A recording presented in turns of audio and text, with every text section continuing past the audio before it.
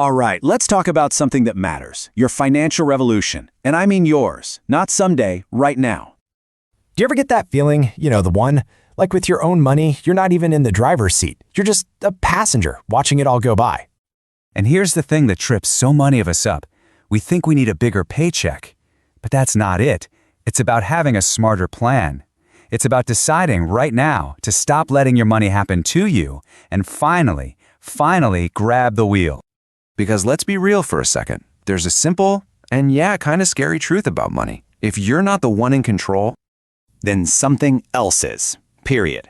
And that's something else, it could be a bank, it could be those credit card interest rates. Or hey, it could just be that impulse buy that's secretly making huge decisions for the future you. So where do you even start? Well, the very first step in this whole revolution, it's just an act of honesty.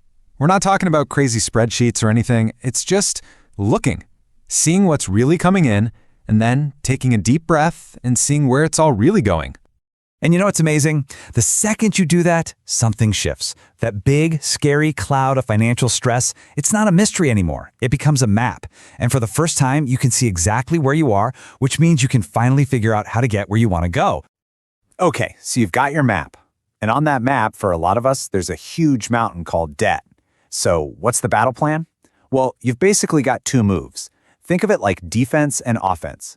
The stability plan is your defensive move. It's about creating breathing room, getting your payments manageable so you can just catch your breath. Then there's the attack plan. That's your offense. You go all in, throwing every extra dollar you have at the highest interest debt to knock it out fast and save a ton of money. Neither one is right or wrong. You just have to pick one and commit. But look, a plan is just a piece of paper without action. And sometimes action looks like this. $50. It's not a life-changing amount of money, right? It's a dinner out, maybe a new shirt. But that's the whole point.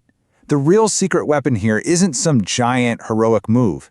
It's the small thing, the $50, done over and over and over again. That's how you build something incredible. It's the tiny, consistent efforts that create massive, lasting change. And we have to remember why we're even talking about this. Because if you think this is just about saving money or getting a bigger number in your bank account, you're missing the point.